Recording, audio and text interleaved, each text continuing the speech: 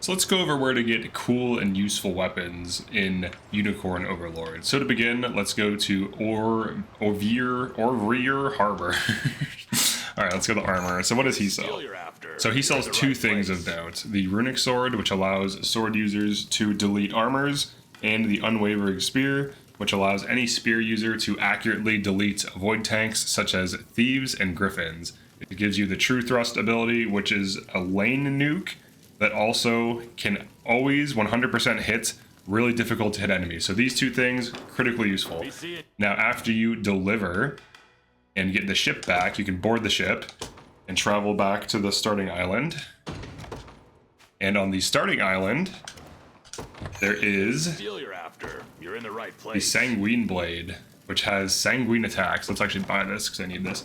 One thing you can do too, you hit Y, compare stats. So this is gonna be Lex's weapon. Purchase and equip. So it has high attack, and the Sanguine attack heals for 50% of damage dealt.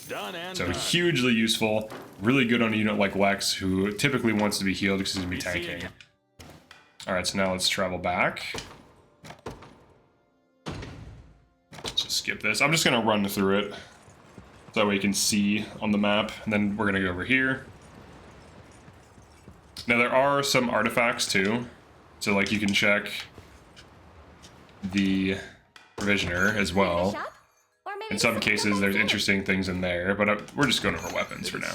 Alright, so this guy, he sells Crushing Axe, which is useful because Crush stuns. So if you have high initiation or high initiative, you will stun something, which will allow you to delay its active attack or its active point use. And then also he sells Vitality Talisman, which is decent, but the Crushing Axe is really good. Now the one unit, I think you get a Crushing Axe and you get him, the first axe unit you get. So this still is useful though, and this still, you know what, we're gonna buy it actually. We're gonna throw it on one of these ladies. Crushing is very useful, especially with good initiative. Alright, so Crushing Axe from there. Let's actually zoom out, check the map. Okay, let's continue down the coastline here. The Sanguine blade is really nice. On Lex, it's very useful. Alright, let's check this fort out. Or this harbor out. Thulist Harbor. So he sells a Viper Fang, which can poison. Now, poison is only good if you're fast. So this is actually really good on the Thief, which kind of makes sense because he attacks pretty much almost always first because of his high initiative. And then he also sells Warrior's Medallion. Now you get, I think, one or two of these from just doing missions, so you don't need to buy this, but it is nice. It's crit plus 10, physical attack plus 10%, and physical attack plus 2. So like your base physical value, and then it boosts your whole physical attack by 10. So this is really good for damage. Alright, now we'll start fast traveling.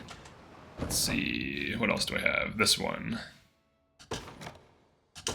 These are just good starter ones for like early in the demo, because you only have 5 hours to work with. Alright, so this place. You're in the right place. This thing. Hallowed Mace. This is pretty nice. Heal plus 10% when using active skill. Has reheal. Max HP plus 5.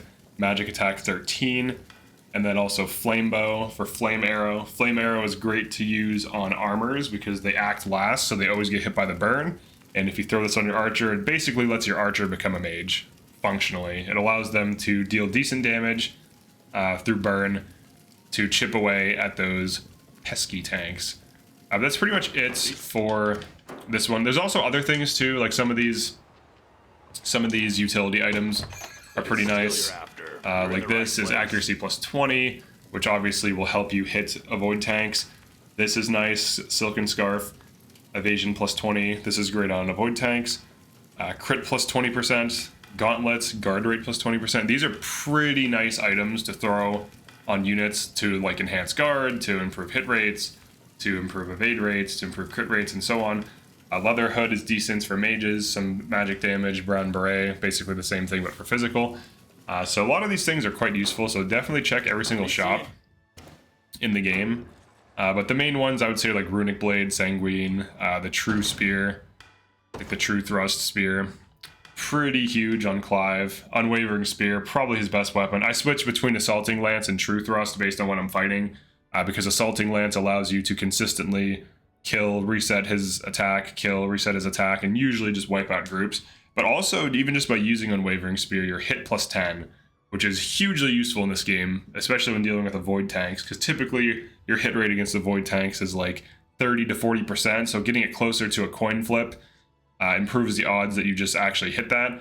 But also he has the True Thrust from the weapon itself, which is a guaranteed hit, so it's pretty nice.